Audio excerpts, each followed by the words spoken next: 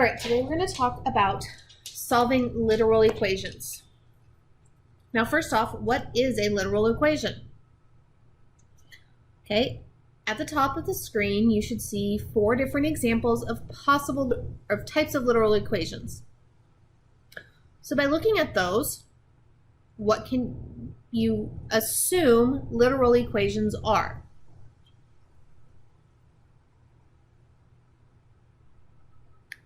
Okay, so now I'm going to give you the definition. Literal equation is an equation which consists primarily of letters. Okay, what we typically say letters are variables. So formulas are a good example of literal equations. Now, in solving literal equations, we can rearrange literal equations to isolate a specific variable. We might do this to, have it already solved if we're dealing with a formula and we need something solved. Then we oftentimes will solve these for a specific variable. So that way it's already solved and all we have to do is plug in. So if we know certain values for a variable, rearranging the equation can make it quicker to solve for the missing variable. All right, rearranging a literal equation. We still use inverse operations and work backwards. Okay, just like when we would solve a regular equation. To undo each operation that happens, so we're just working backwards just like we would with solving a regular. All right, so here's our first 2 sets of examples. Now, in this one it says solve for x. So I've got a regular equation and I'm going to solve that first. All right, so we're solving for x. Okay, so I'm going to highlight that just so I know which variable I want. Especially this is helpful when we get to solving the literal. All right, drawing my line. Now looking at this, I've got 2x minus 4 is equal to 8. So the first thing I'm going to do is undo that constant and add 4 to both sides. And it leaves me with 2x is equal to 8 plus 4 is 12.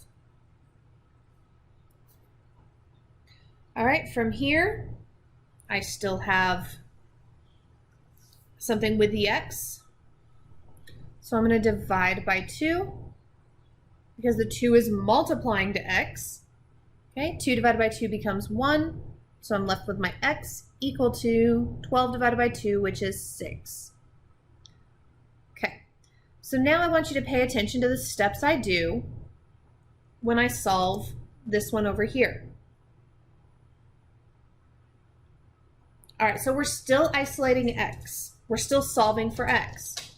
So I'm going to work the same process, but this time I have to add 4y because the 4y is subtracting from the x. Now looking at this,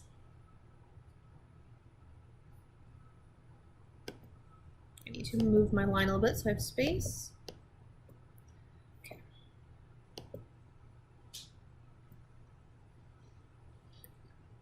All right, 8 plus 4y. Well, they're not like terms, so I can't combine them. So I'm going to end up with 2x is equal to 8 plus 4y. Okay? I'm going to write that just a smidge better. Hang on. It's a little hard to read there.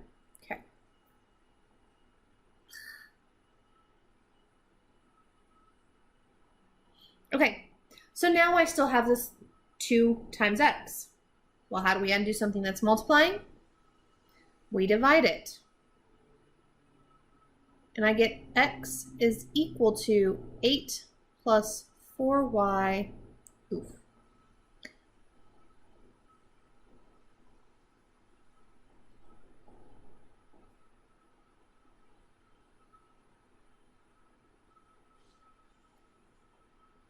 divided by 2. Okay? So, same steps we did on the A, right? I added 4 to both sides.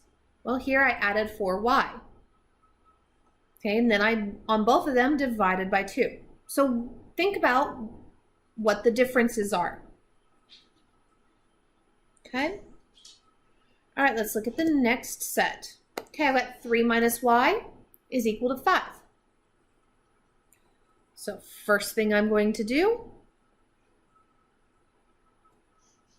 okay, I'm isolating y on this one. So it says, my instructions say solve for y. So I'm isolating y. So again, first thing I need to do is move that constant. Remember, the constant is the number by itself. So I'm subtracting 3 from both sides. That leaves me with a negative y equal to 5 minus 3 is 2.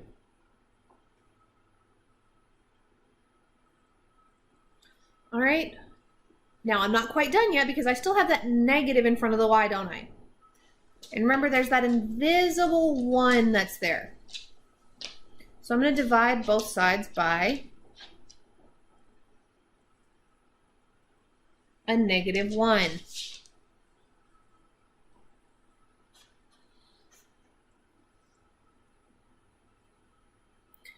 And we get y is equal to negative 2. Okay?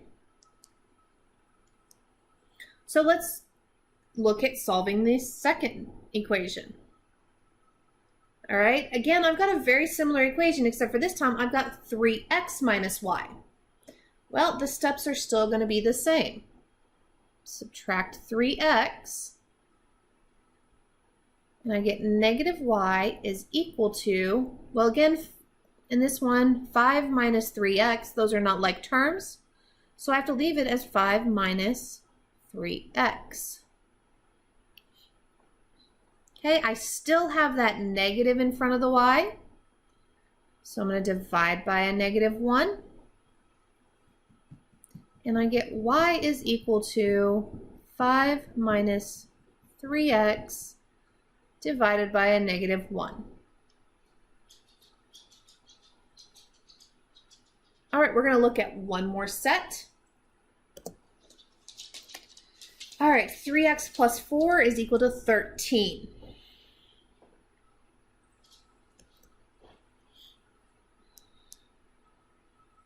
So in this one it says solve for x in the following 2. So again, draw my line at the equal sign. All right, first step, move any constants. What's adding or subtracting to the variable we're trying to isolate? Okay, so I'm going to minus the 4x, or sorry, the 4, not the 4x. 4 from x. Then I get 3x is equal to, well, 13 minus 4 is 9. Okay, I've got 3x equals 9 now. Well, I know that the 3 is multiplying to x, so I'm going to divide by 3 on both sides, and that gives me x is equal to 9 divided by 3, which is 3. All right, we're going to work the same steps in the next one. The only difference is in this one, I've got 4y instead of 4. So we're isolating x, and I'm going to minus 4y to both sides. So I end up with 3x is equal to, well, 13 minus 4y. I can't actually do, so I'm going to leave that as 13 minus 4y.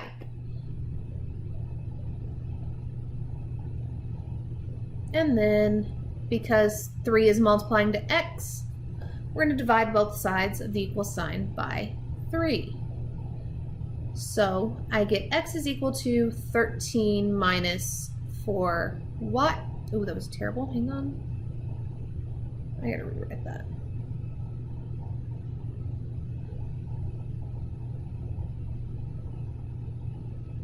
For y divided by 3. All right, so before the next video, I want you just to kind of think about what are the similarities in A and B for the last 3 examples, and what were the differences in A and B. And we will discuss those a little bit more in the next couple videos. Okay?